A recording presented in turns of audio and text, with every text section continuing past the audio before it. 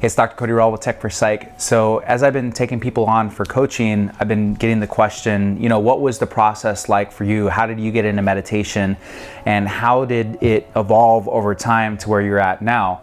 And it's a story that I wanted to tell here on this channel because it definitely was a gradual process that's taken over a decade to happen.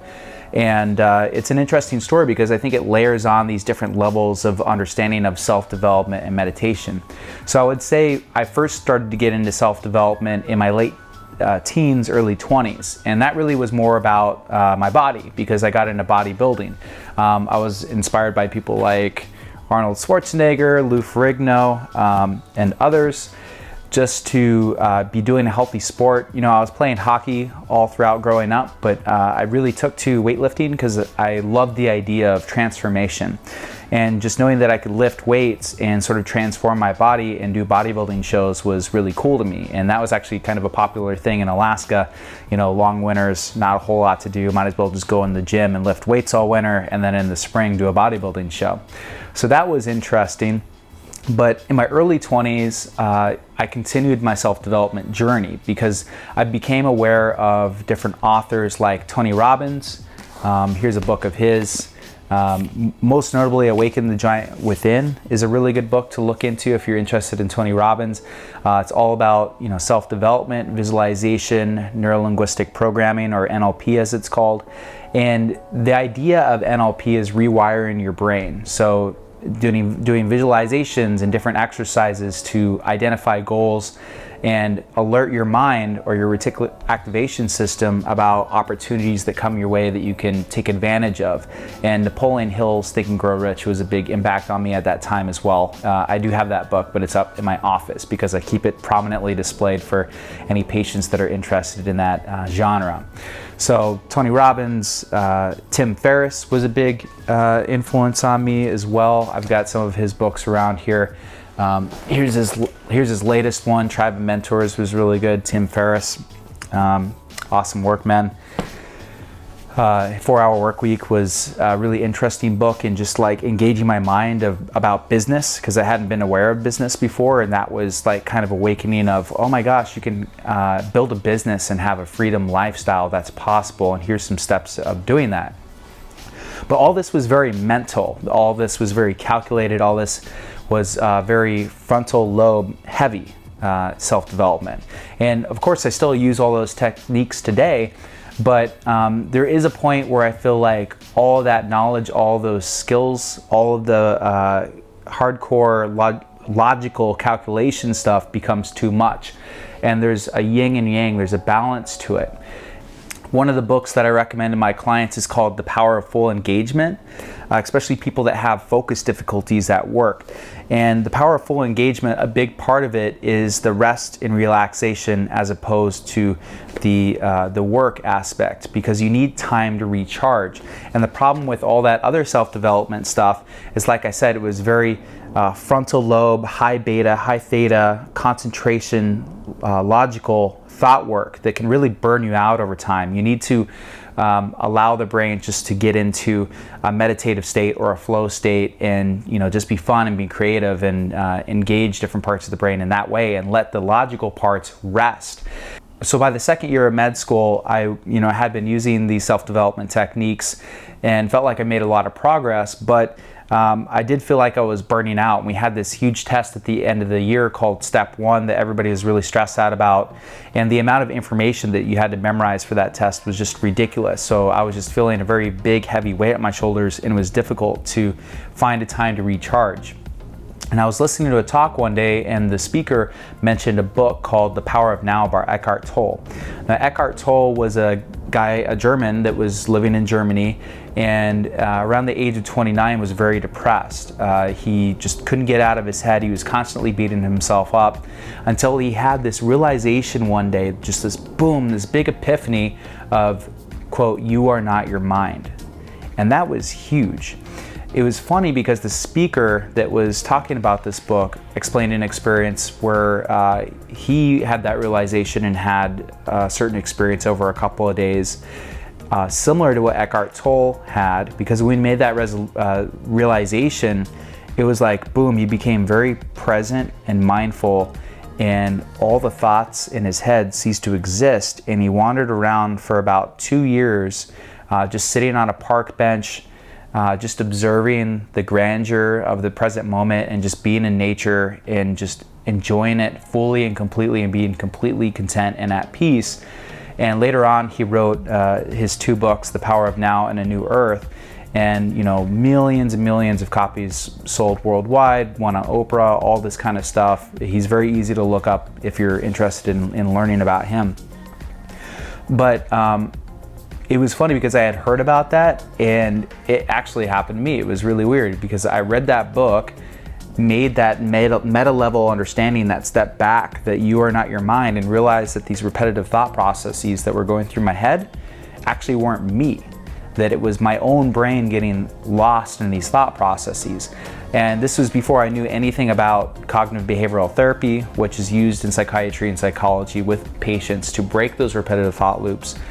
But for some reason, that realization really hit a key with me, and I made that realization, became very mindful and present, felt very good in my body. It was just like this huge surge of endorphins that lasted for about 2 days. I wasn't thinking very much. I was kind of walking around in this bliss and felt really good. But the problem is, and as I've heard explained multiple times, is that it's temporary. It doesn't last for very long. And then pretty soon the ego comes back in and starts thinking like, oh my gosh, look how like spiritually enlightened I am. This is amazing. But that again is your logical mind coming into play, and that's how you kind of lose touch with that really feeling, that really good feeling. It was like a feeling of oneness with the universe or whatever. And unfortunately, I haven't had an experience like that since, but I'll forever remember it. And of course, it made me really, really interested in meditation at that point. So I started practicing meditation, mainly because I had actually heard that it makes you good in social situations and in dating situations. Like if you're very present with a person and can respond to what they're saying, you know, people will get a feeling like you're really listening to them, and it makes you very acute. And there was also talk of it like being good for creativity. So I was like, all right, this is an excellent avenue for me to continue my self-development. The problem is that I didn't really know how to do it. And for about a year or two there, I was practicing sitting with eyes open meditation. So I would sit there and just look at a wall for 20 minutes, expecting something to happen. And I would say about 1 or 2 out of maybe like 30 times, so about once or twice a month, I would get some kind of weird shift. That type of meditation made me very present, and it did help to quiet down the thoughts in my mind, but I really wasn't getting that physiological shift, and you know, nothing compared to what I had experienced that second year of medical school. And it took a while before I found something that was more effective. Basically what happened is I had a friend in residency, so fast forward about 2 or 3 years, where you know, I was doing this sitting eyes open meditation on and off. Maybe I would get a month in, take a month off, and kind of you know, back and forth, like I think most people experience with trying to keep a meditative practice.